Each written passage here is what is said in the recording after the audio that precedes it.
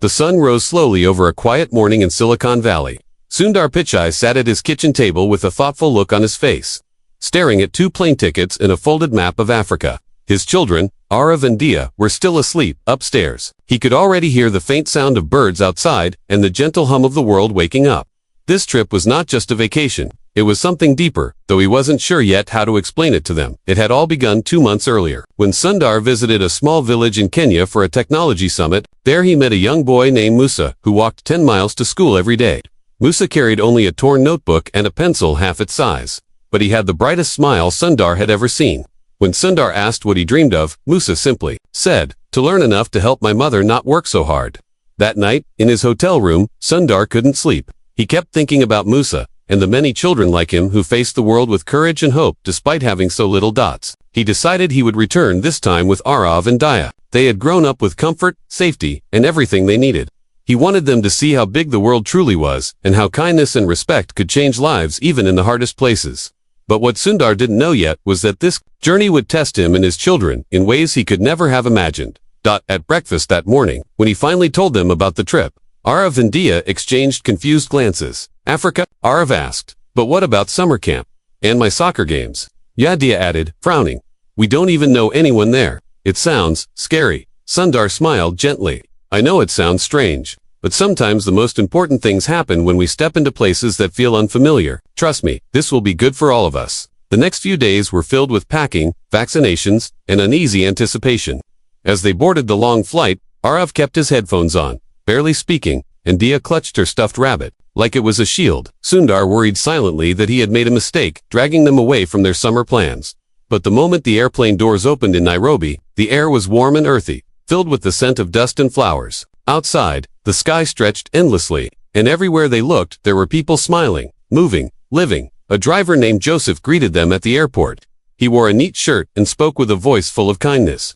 As he drove them through the bustling streets, he told them stories about the city, about how it was growing but also struggling, about how people here never forgot to greet each other no matter how busy they were. "Here," Joseph said as they left the city and the roads turned to dirt. "The land speaks if you listen." They arrived at a small guest house on the edge of a village at dusk. The walls were painted with bright murals of animals and trees, and children played outside, their laughter carrying on the breeze. Sundar felt a quiet peace settle over him, though the children still looked uncertain. After dinner, they sat outside under the stars. The sky seemed alive with millions of tiny lights. Sundar told them stories about when he was a boy in India, walking to school barefoot and dreaming of working with computers someday. But he said softly, "None of that would have mattered. If people hadn't been kind to me along the way, kindness carried me here, and I want you both to see what kindness looks like when it's all you have." The next morning, Joseph drove them deeper into the countryside to meet the schoolchildren. Sundar had visited before. Arav and Dia were quiet at first, watching the endless fields of golden grass and the occasional giraffe grazing in the distance. At the school, they were greeted by a group of children who gathered around, curious and smiling. Musa was there, too. He ran to Sundar and hugged him tightly. "You came back," Musa cried, "and you brought your children." Arav and Dia exchanged nervous glances. But soon, the children took their hands and led them into the schoolyard. They played games, showed them their notebooks, and even taught Dia how to sing a local song. For the first time since leaving home, Dia laughed, really laughed, and Sundar felt his heart lighten. But that night, after the sun set and the village grew quiet, Joseph came to find Sundar. His face was serious. "We have a problem," he said. Sundar stood up quickly, his chest tight. "What happened?" Joseph hesitated. "There was a storm last week, farther north. A river flooded, and many homes were lost. The people there, they need help, badly. And one of the children, Musa's cousin, is missing. The family asked if we could go tomorrow." Sundar felt a chill run through him. He looked back at the small guest house where Arav and Dia were already asleep. He wondered if they were ready for something like this, if he was ready. But deep down, he knew they couldn't just walk away. "We'll go," he said quietly, first thing in the morning. And as he lay awake that night, staring at the ceiling and listening to the distant sound of drums, Sundar realized this journey was about to take them somewhere much darker and more dangerous than he had planned. But there was no turning back now. He just hoped his children would understand why. The morning came heavy with mist. Sundar woke before dawn, sitting by the small window of the guest house as the first faint glow of light seeped over the horizon. He could hear the distant lowing of cattle, the soft clatter of cooking pots, and somewhere farther off, the faint sound of a baby crying. Africa felt alive in a way that made his chest ache, alive, but fragile, like something precious that could be broken by one careless step. He thought about what Joseph had told him the night before, the flooded village, the missing child. The thought of Moose's cousin, just a boy, lost somewhere, tugged at him, though he did not yet know his name or his face. He wondered if Araf and Dia would understand what they were about to see, or if it would frighten them too much. But he also knew he couldn't protect them from everything forever. The children woke up groggy and confused, but Sundar kept his voice steady as he explained the plan. Araf rubbed his eyes and frowned. Why do we have to go? We don't even know them. Can't someone else help? His voice was sharper than he meant it to be. Sundar looked at his son for a long moment. Because sometimes you don't wait for someone else, he said softly. Sometimes you are the someone. They packed quickly and quietly. Dia clutched her stuffed rabbit and stayed close to her father as they climbed into Joseph's truck. The road was rough and narrow, cutting through endless fields of dry grass. As the sun climbed higher, the mist burned away to reveal the harsh beauty of the land. Tall acacia trees, their branches reaching like hands to the sky, and herds of wildebeest in the distance. Yet as they drove on, the landscape changed. The earth grew darker and wetter, and puddles of muddy water shimmered in the ditches. The village as they passed became quieter, their huts streaked with water damage, roofs patched with plastic sheets. Women stood outside with buckets, staring at the sky as if waiting for something better. Dot in the back seat, Dia rested her head on Sundar's shoulder, but Arav kept his face turned to the window, his jaw tight. Sundar watched him in the reflection of the glass. He could see the questions brewing inside his son, the confusion, maybe even anger. He wanted to reach across the silence between them but didn't know how yet. After nearly 4 hours, they arrived at the edge of the flooded area. The truck could go no farther. A river that was once no wider than a road had swollen into a lake, swallowing fields and homes alike. The water was brown and restless, littered with branches and bits of debris. Sundar could see a line of villagers, gathered on the shore, their faces solemn, their clothes damp and clinging to their skin. Joseph parked the truck and turned to Sundar. This is as far as we can drive.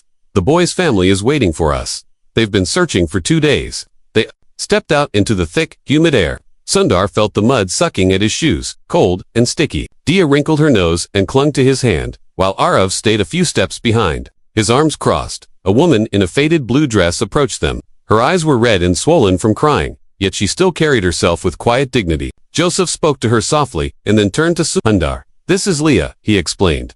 She is Moose's aunt. Her son is the one who's missing. Leah looked at Sundar, and though she did not speak, her gaze was heavy with hope and despair. Intertwined, she handed him a small photograph of a boy about 7 years old. His eyes were bright, his smile crooked but full of mischief. Sundar felt his throat tighten. He thought of Arav at that age, and how fragile children really were. The villagers told them the boy had been playing near the river when the waters rose suddenly. He was swept away before anyone could reach him. Now they feared he was trapped somewhere, alive, or the rest of the sentence hung unspoken. Sundar turned to his children.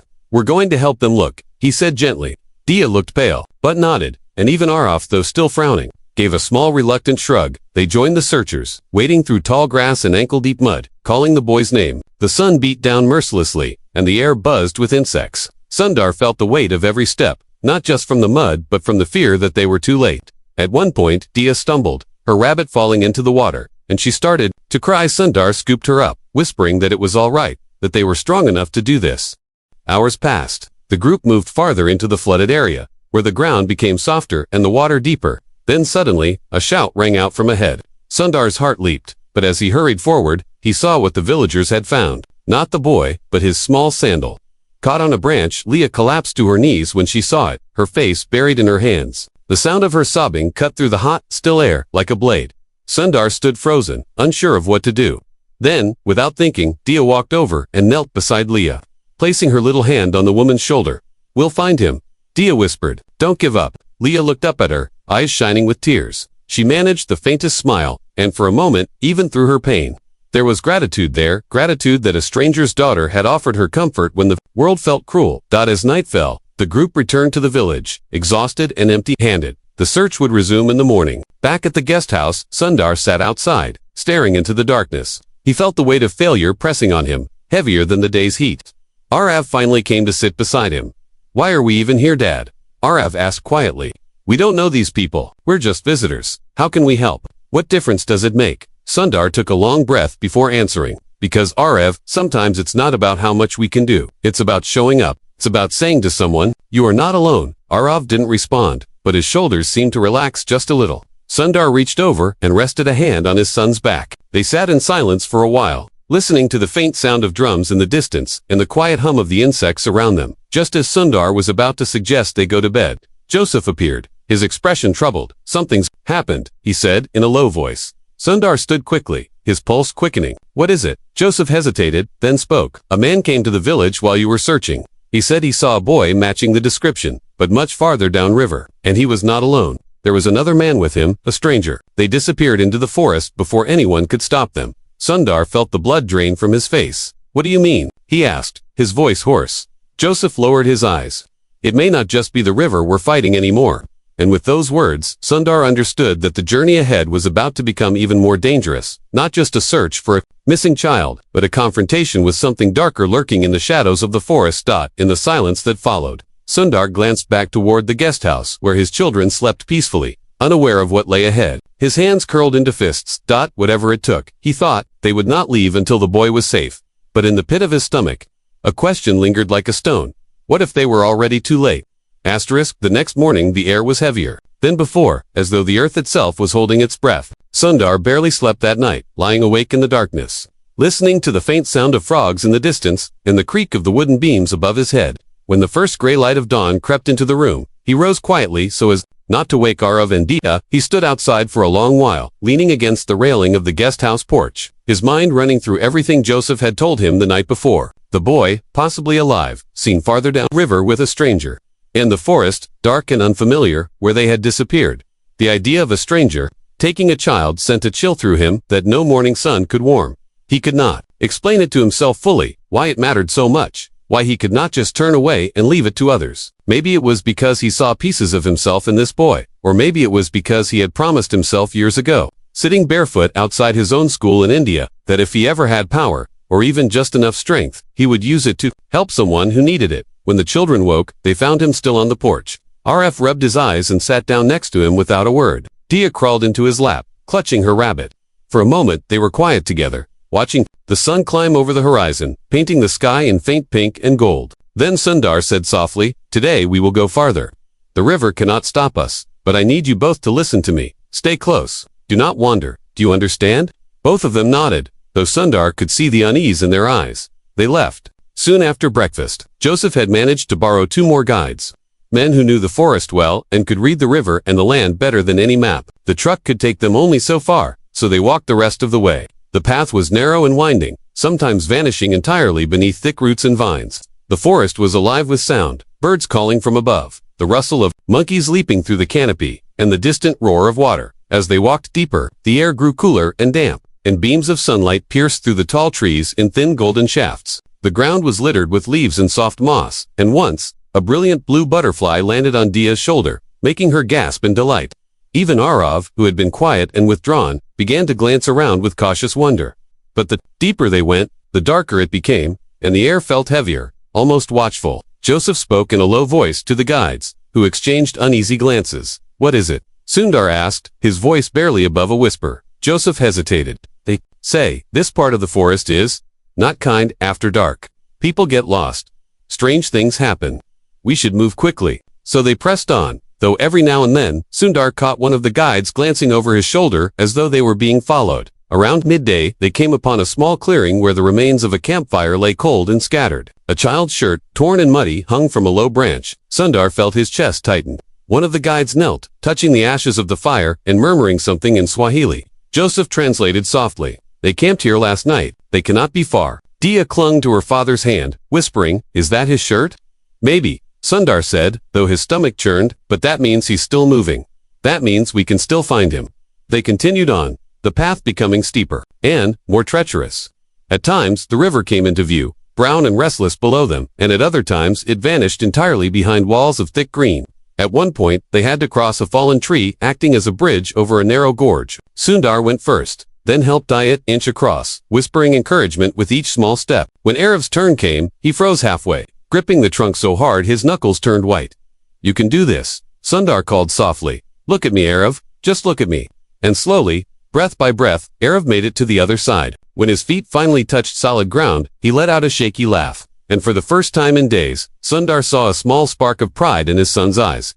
As the afternoon wore on, they began to hear something strange, faint at first, but growing louder. It was not the river. It was a rhythmic sound, like wood striking wood, and low voices chanting in a language Sundar didn't recognize. Joseph and the guides exchanged uneasy glances again. "What is that?" Sundar asked. One of the guides murmured something. Joseph's face darkened. "There is a settlement ahead," Joseph said carefully. "A hidden one. The people there, they do not welcome outsiders." Sundar's heart began to hammer in his chest. "But the boy, if he is there," Joseph interrupted gently. "We must be careful, very careful." The sound grew louder as they approached. Drums now, slow and steady, vibrating through the ground. The path opened up into another clearing, this one much larger, with several huts built in a circle around a central fire.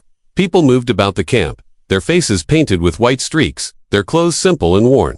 And in the center of it all, standing near the fire, was a man holding a child's hand. Sundar froze. Even from a distance he recognized the boy from the photograph Leah had given him. But the man beside him was a stranger, tall, broad-shouldered, his face hidden by a scarf, and his eyes sharp and cold. He looked up as the group emerged from the forest, his gaze locking on Sundar immediately. The entire camp fell silent. Only the crackle of the fire and the distant rustle of leaves filled the air.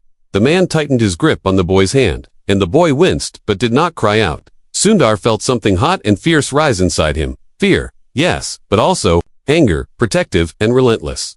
Joseph stepped forward and began speaking rapidly in the local tongue. The man with the scarf said nothing, only watching them with a look that was neither welcoming nor hostile, but something in between. Something, calculating. Then, after a long silence, he finally spoke. His voice was deep and smooth, but there was an edge to it that made Sundar's skin prickle. "You should not have come here," the man said slowly. "You do not understand what you are walking into." Sundar took a step forward, despite the tremor in his knees.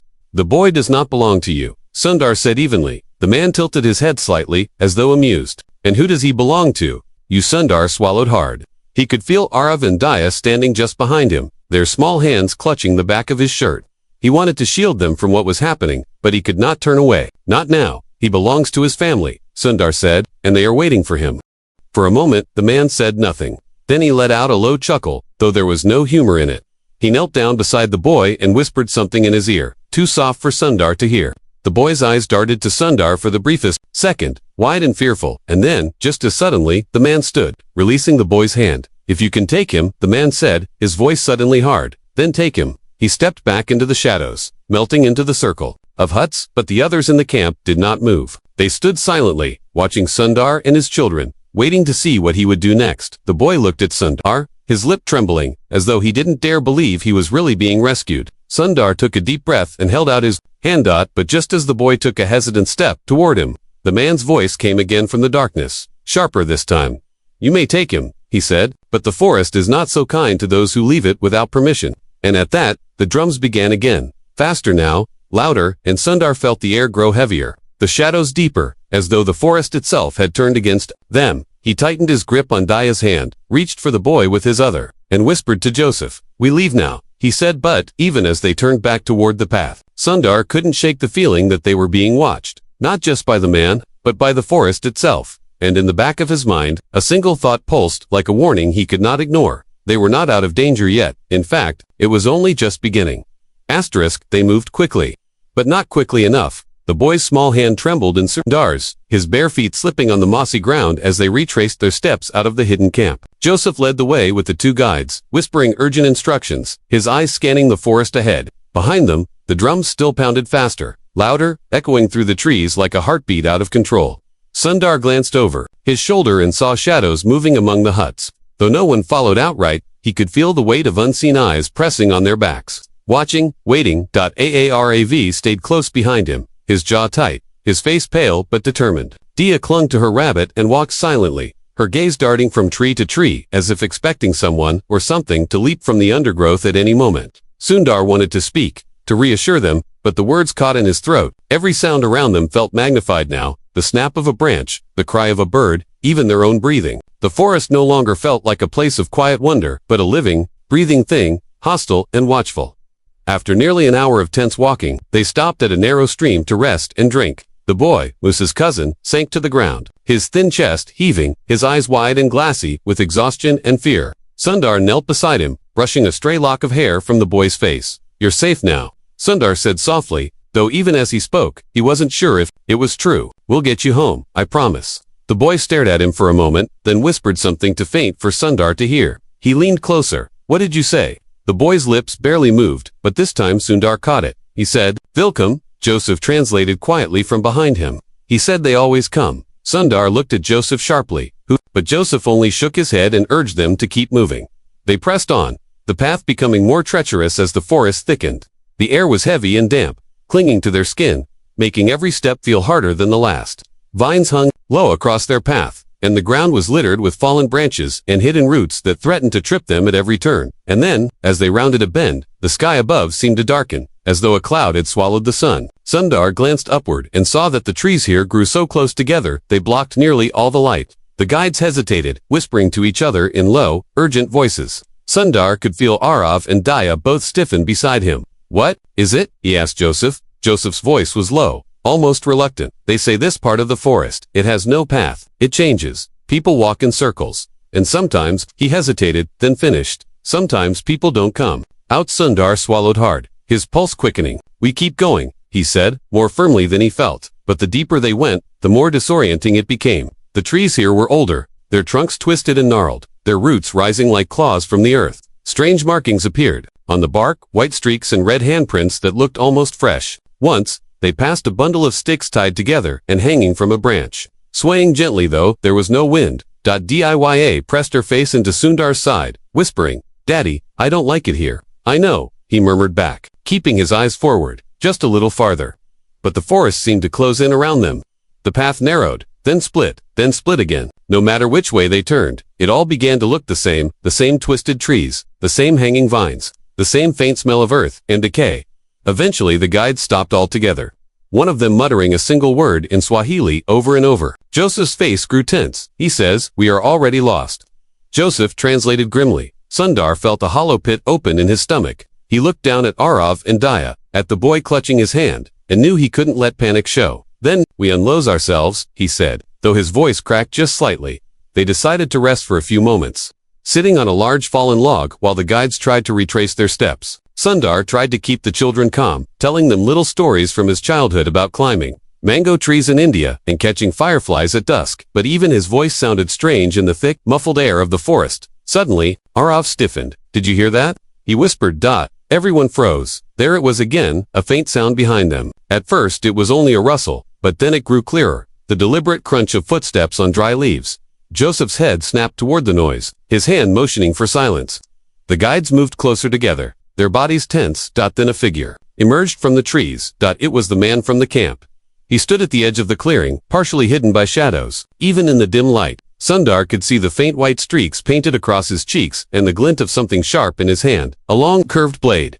He said nothing, just watched them with that same unreadable expression, and then, almost casually, he stepped forward. Sundar rose to his feet, planting himself between the man and the children. His voice shook, but he kept it low. We're leaving. The boy is coming with us. The man tilted his head slightly, his dark eyes fixed on Sundar's. Then, in a slow, deliberate motion, he raised his blade not to attack, but to point toward the trees behind him. There is no leaving, he said simply, and as he stepped aside, Sundar saw what lay beyond him, a wall of thorns so thick and high it seemed to grow directly from the ground to the sky. Worse still, through the gaps between the branches, he could see dozens of figures standing silently, their faces painted white, their bodies still as statues, watching.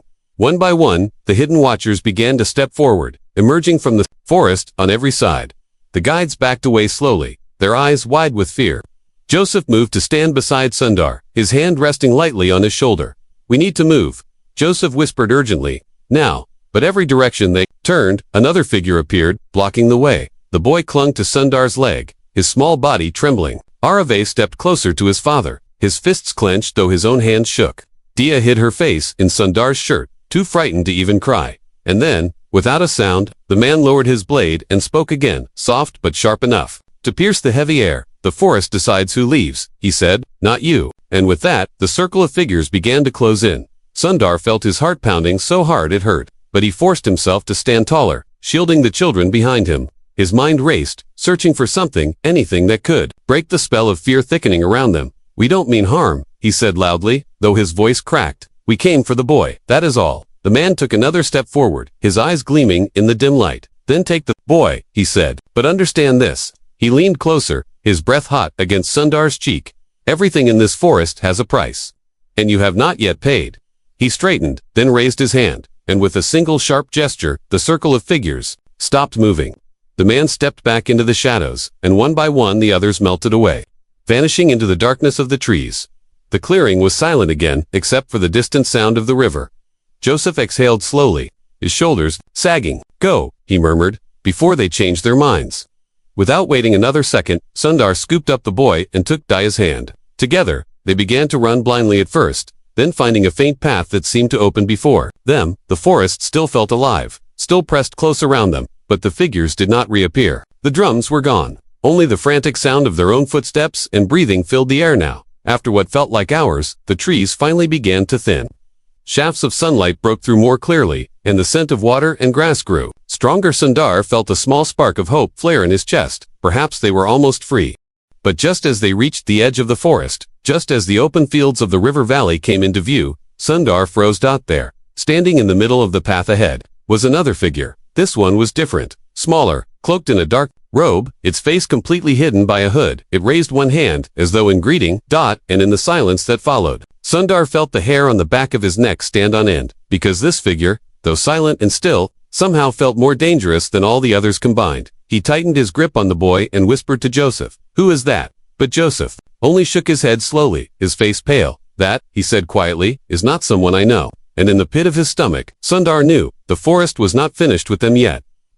For a moment, no one moved. The forest was utterly still, as though the very trees were holding their breath, waiting to see what Sundar would do. The figure ahead stood silently in the middle of the path, small and cloaked, its hood pulled so low that not even a hint of a face could be seen. The edges of its robe seemed to flutter ever so slightly, though there was no wind. In its raised hand, it held nothing, yet the gesture carried weight, a quiet command to stop, to listen. Sundar felt his chest tighten painfully as he tightened his hold on the boy's hand and pulled Dia closer to his side. RF moved up beside him without needing to be told, his jaw set but his eyes wide with fear. Behind them, Joseph and the two guides froze as well, their faces pale and unreadable. The figure tilted its head ever so slightly, and then slowly, it began to move toward them. Its footsteps made no sound on the forest floor. Sundar could feel every instinct in his body screaming at him to turn and run, but something deeper told him that running would not help here. Somehow, he knew that this figure was not like the others. It carried itself differently, not with hostility, not even with menace, but with a kind of quiet authority that felt almost impossible to name.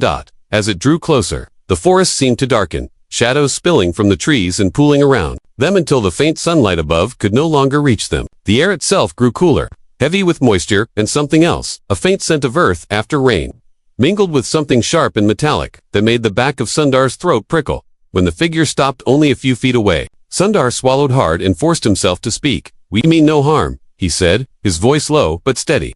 "We are only trying to get the boy home. His family is waiting for him." The figure tilted its head again. Then, very slowly, it lowered its hand and spoke for the first time. The voice was soft, barely more than a whisper, but it carried through the clearing like a breeze through dry leaves. "You have come far," it said, "farther than you understand, and now you stand at the edge." Sundar felt his skin prickle. The edge of what? The figures who'd shifted slightly, though no face could be seen. "The forest," it murmured, "does not give freely. It remembers, it watches, it asks, and it decides." Sundar glanced at Joseph, hoping for some explanation, but Joseph's eyes were fixed on the ground, his shoulders tense. "If there is a price," Sundar said, his voice quiet but firm, "then, tell me what it is. I'll pay it, but let the boy go." For a long, breathless moment, the figure was silent. Then it extended its hand, palm up. Resting in the center of that pale palm was a small object, a stone, perfectly round, smooth, and so dark it seemed to swallow the light around it. That the figure spoke again. "Take it," it whispered, "and you may leave." Sundar hesitated. The stone seemed to hum faintly, though no sound came from it. It reminded him of the servers he had worked on years ago, that low electric pulse. Alive and waiting. He reached out slowly, his hand trembling, and lifted the stone from the figure's palm. The instant he touched it, a shock ran up his arm, not painful, but deep, as though something ancient and powerful had just marked him. The figures who'd lowered slightly in what almost looked like a nod. Then it stepped back into the shadows without another word, and as it faded, the light in the forest began to return. Joseph let out a breath he seemed to have been holding for hours. "We go," he said hoarsely, "now quickly." They didn't wait to be told twice. The group moved fast, the path now clearer and somehow easier than before. Sundar kept the stone clenched tightly in his hand, its strange warmth seeping into his skin. As they walked, Arav finally spoke. his voice quiet but full of questions. "What just happened?" he asked. Sundar shook his head slowly. "I don't know," he admitted, "but we're still here, and we're still together. That's what matters." But even as he said it, he couldn't stop glancing at the stone. The forest slowly thinned as they pressed on, the air growing lighter and sweeter. And finally, the trees opened up entirely, revealing a wide, grassy plain, bathed in golden light. In the distance, the village lay waiting, its rooftops glinting in the sun. They stopped at the edge of the forest, catching their breath. The boy clung to Sundar's side, his small fingers gripping tightly, and for the first time since they had found him, he spoke clearly. "Thank you," he whispered. Sundar knelt down and placed a hand on the boy's shoulder. "You're safe now," he said. But as they started walking toward the village, Sundar noticed something strange. The guides were glancing at him when they thought he wasn't looking. Joseph's eyes, too, kept flicking to his closed fist, where the stone still lay warm and heavy. Finally, Joseph fell back to walk beside him. "You must not keep it," he said quietly. Sundar looked at him, startled. "Why?" Joseph shook his head. "That stone is not a gift. It is a mark, and marks are not so easily erased." Sundar felt a chill run down his spine. "Then what do I do with it?" Joseph hesitated before answering. "You return it," he said finally, "but not here, not now. When the time comes, you will know where."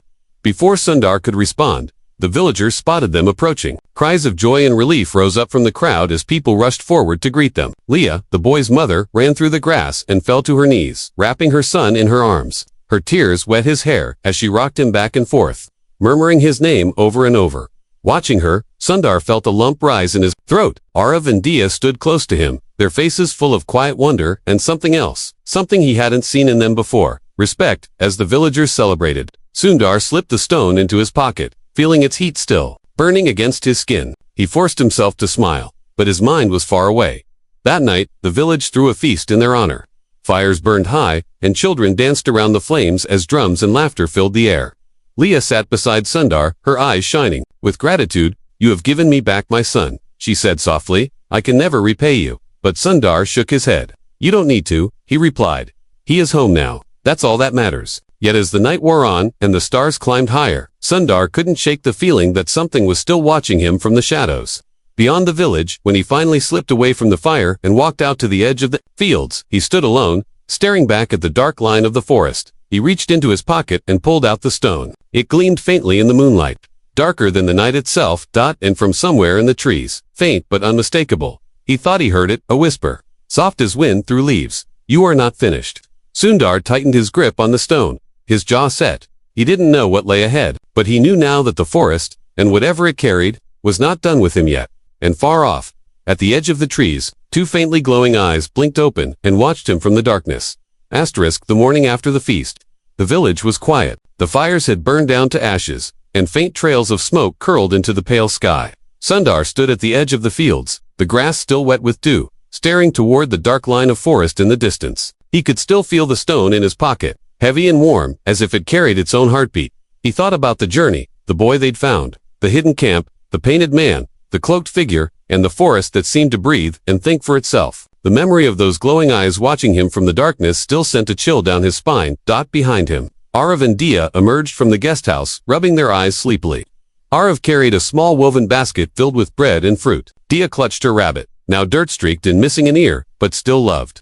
They stood quietly by his side, their eyes following his gaze to the trees beyond. "Is it over now?" Dia asked softly. Sundar didn't answer right away.